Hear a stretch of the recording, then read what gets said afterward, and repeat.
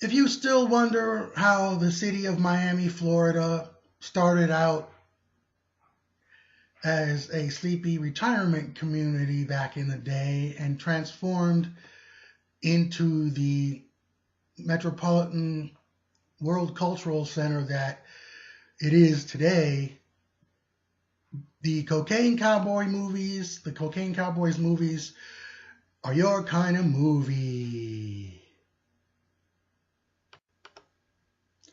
The movie even, of course, a few times references Miami Vice, the TV series, and even has music composed. That is the first movie, and the third movie, which is Cocaine Cowboys Reloaded, has background music by Jan Hammer, who did the same thing with his legendary score for Miami Vice. The movie intercuts interviews with many news reporters, convicted drug dealers, hitmen, and various law enforcement officials, and people that work for them, and some attorneys, with, of course, the straightforward documentary style, montage of photos of what they're talking about and clips from news reports on TV, covering some of the different crimes that that are drug related in Miami. It starts out, of course, with Fidel Castro, as he's quoted as saying, flushing the toilets of Cuba, and sending the boat people away, which is understandable. But of course, the United States took them, of course, so what's new? So many of these people, and also a bunch of people from Colombia, with mentions mostly of Medellin, Colombia, and their drug cartel, came over to Miami, and they transformed it into what it is today. And a lot of people are just, a lot of the interviewers, they're like, you could say, that the whole skyline and everything was at least financed partly by drug money.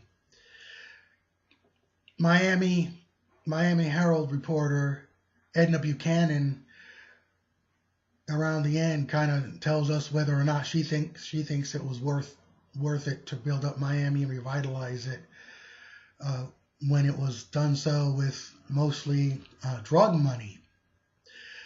Well, the second half or so of Cocaine Cowboys covers the ruthless reign of Colombian drug queen Griselda Blanco.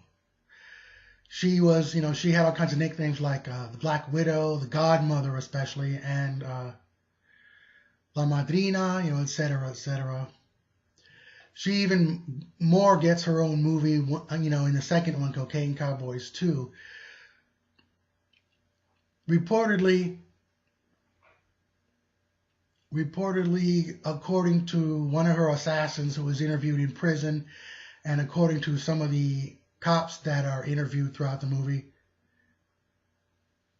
she was so ruthless that she killed her husband herself, execution style. And she also, she'd have people killed, she'd even have their kids killed, but one of her assassins didn't have the heart to kill them, so he left them alive. He left the kids alive, and he was questioned. And I thought he was lucky that he wasn't murdered by a fellow hitman or something, or by her. So Cocaine Cowboys, it's got a straightforward style, and I think it's a very informative, memorable documentary. Not to sound sadistic, but it would. In some ways, it was kind of fun, but then again, there's all the whole car crash fascination with all the horrible atrocities associated with the drug trade. And there's a couple of convicted drug smugglers that served their time.